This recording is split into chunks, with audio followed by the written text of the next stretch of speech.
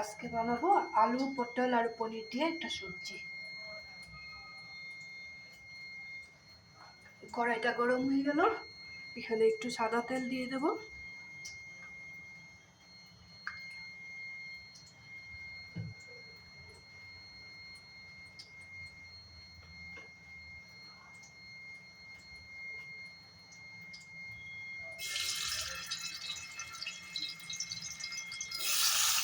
পনিরটা প্রথমে একটু হালকা ফ্রাই করে নেব, একটু হলুদ মেখে রেখে দিয়েছিলাম।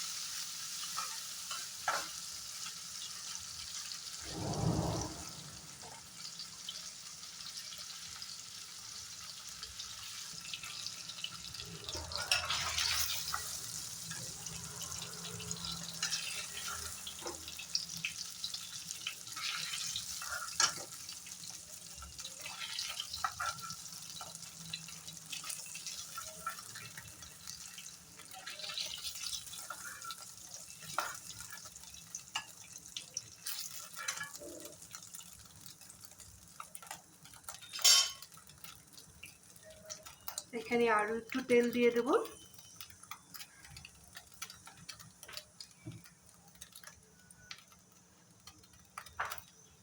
পনিরটা এতটুকুই ফ্রাই করবে, বেশি ফ্রাই করতে লাগে না, তাহলে এরকম সফট থাকে। দেখো এরকম সফট থাকবে, একদমই সফট থাকবে একদম।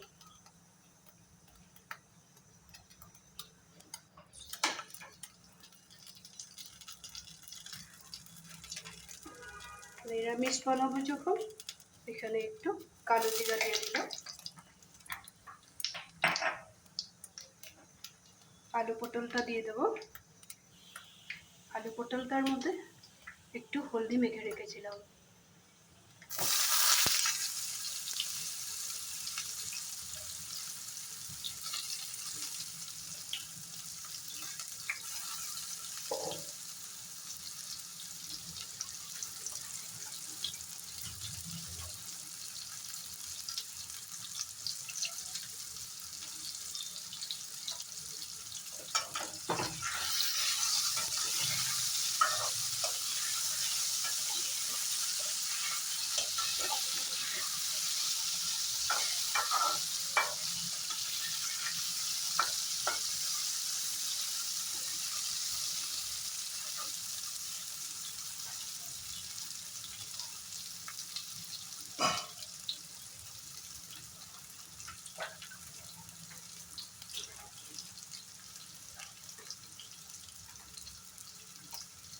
এখানে দিয়ে দিব একটু কাঁচা লঙ্কা বাটা,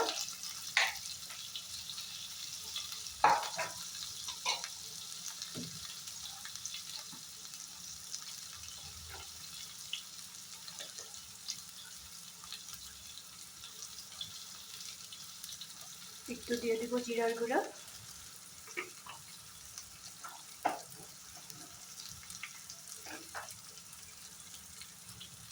কালারের জন্য একটু লঙ্কার গুঁড়া দিয়ে দেবো।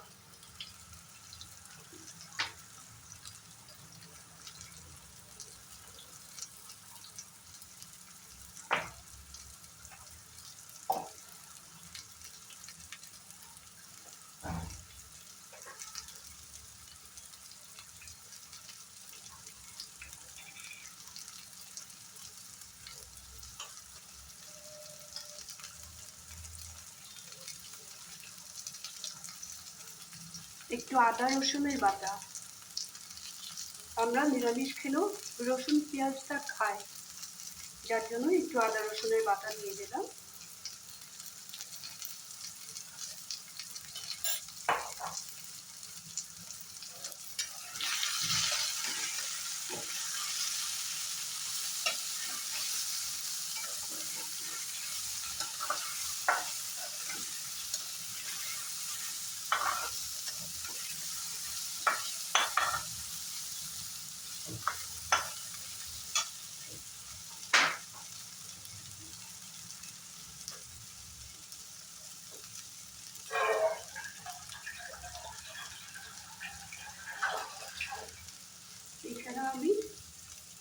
আলু পটল মেখে রাখা বাটিটা একটু ধুয়ে জলটা দিয়ে দেবো।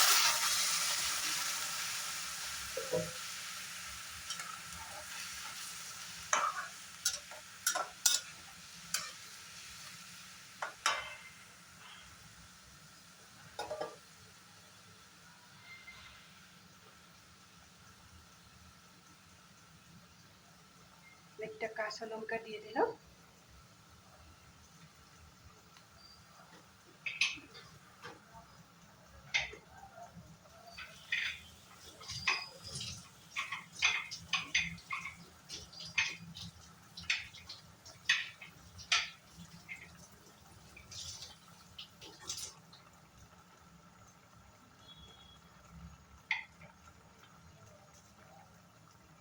আলু পটলটা বয়েল হতে একটু সময় লাগবে, ঢেকে রেখে দিই।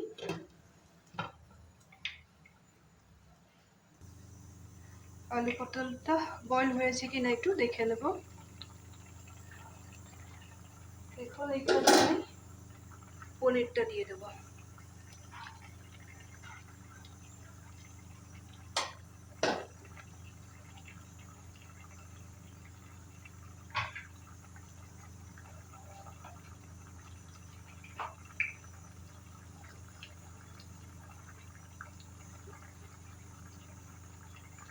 এখন দিব এই সামান্য পরিমাণে ভাজা মশলা।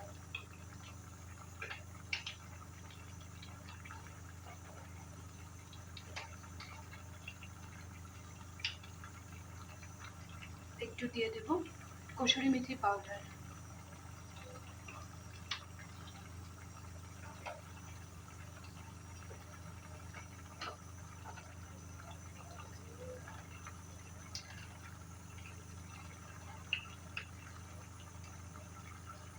নিরামিষ সবজি তো একটু এলাচের গুঁড়া দিয়ে দেবো।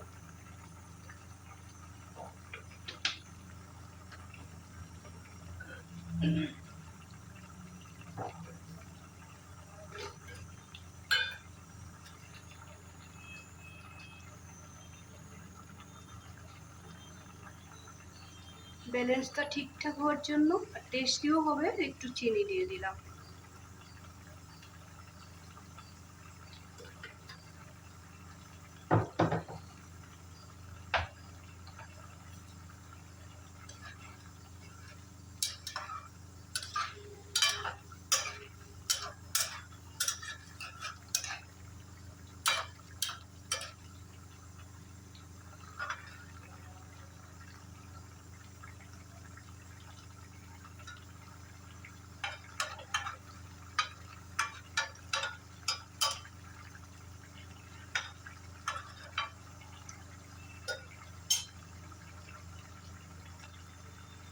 এখন এখানে কেটে রাখা একটু ধনেপাতা অ্যাড করব।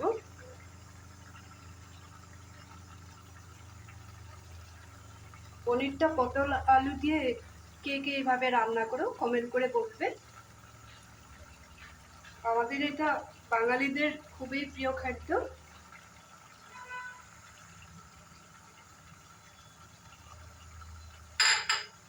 যদি তোমরা বাড়িতে এইভাবে বানাও হয় তোমরাও বানাবে এইভাবে।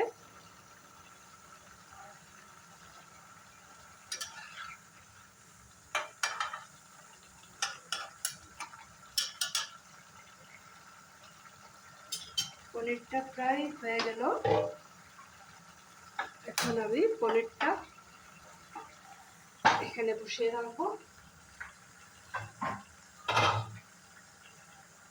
আরো একটা সবজি বানিয়ে নেব। সবজি বলতে একটু লাল শাক বানাবো।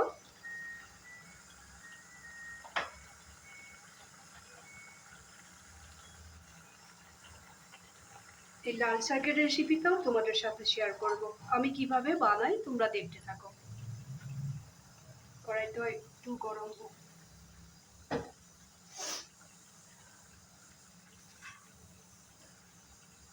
লাল শাকটা খুব পাতলা করে কেটে রেখেছি,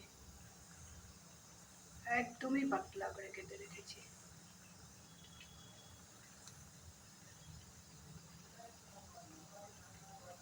এইভাবে কাটলে একদম গলে যাবে, 2 মিনিটও লাগবে না রান্না হতে।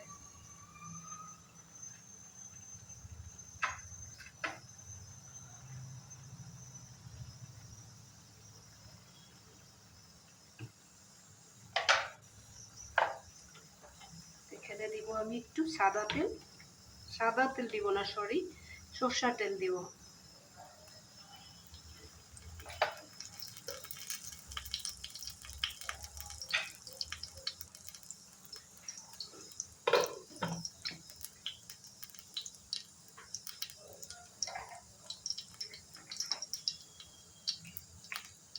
লাল ডাঁটার শাক একটু কালো জিরা দিব।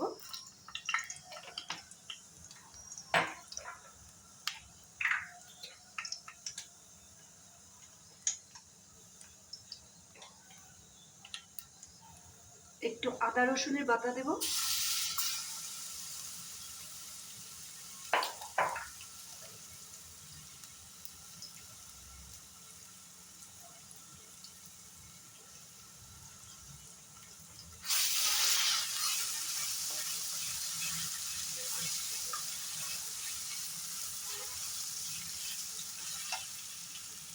পাতলা করে কেটে রাখা একটু পেঁয়াজ দিয়ে দেবো।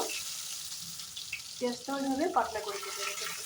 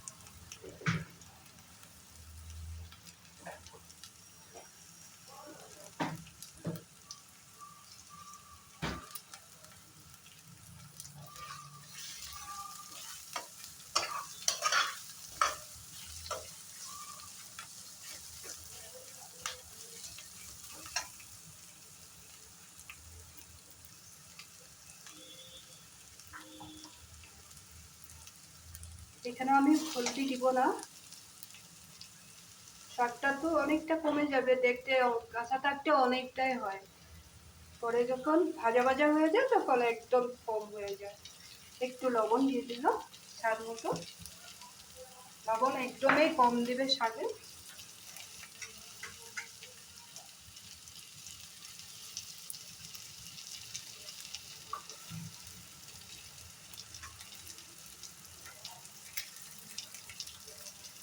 এখন এখানে কেটে রাখা শাকটা দিয়ে দেবো।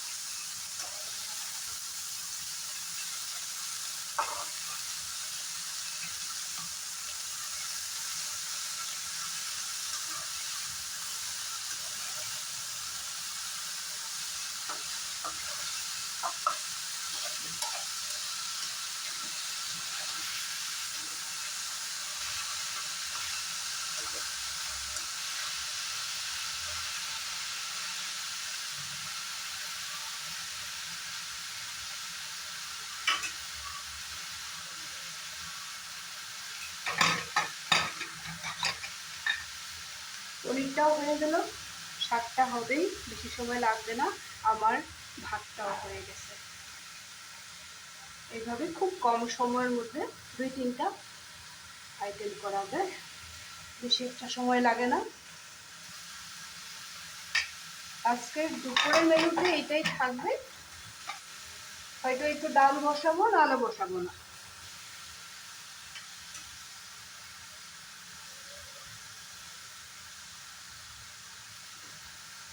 আমি শাকটা ভাপে সিদ্ধ হওয়ার জন্য একটু ঢেকে রাখবো।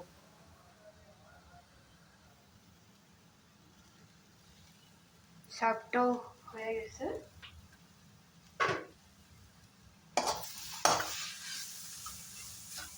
কতটা বসিয়েছিলাম আর কতটুকু হয়ে গেছে, আরো একটু হবে।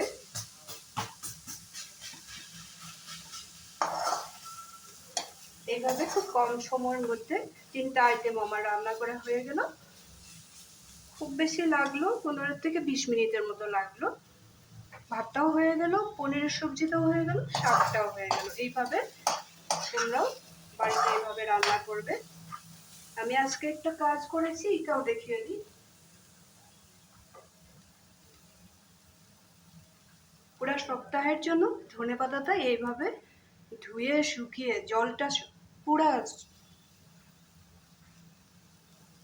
জলটা নেই, একদম শুকিয়ে গেছে জলটা। এটাকে কিভাবে ভালো রাখবো, এইরকম একটা কাগজের ঠুঙা নেবে, এরকম এরকম একটা। এইটার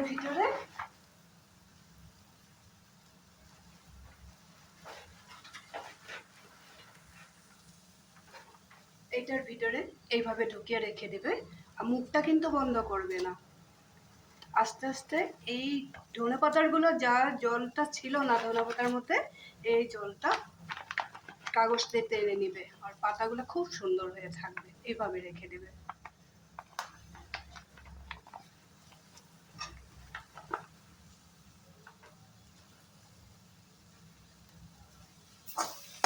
শাকটা আমার হয়ে গেল। পনিরটা আবার একটু দেখে নিই কি হলো।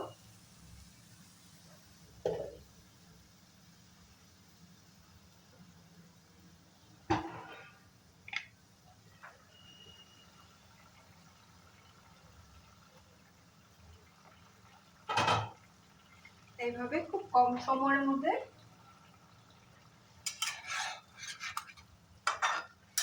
এই রেসিপিগুলোকে বানিয়েছি। তোমাদের কেমন লাগলো বলবে। তোমরাও বাড়িতে এইভাবে শর্টকাটে খুব কম সময়ের মধ্যে রান্না করে তুলতে পারো।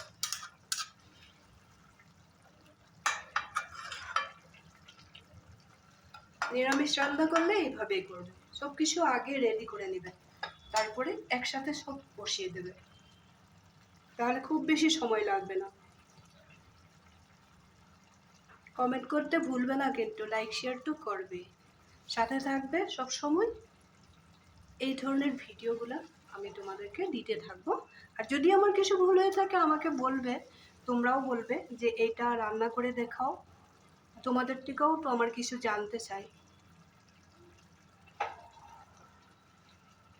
তাহলে আজকের জন্য রাখি।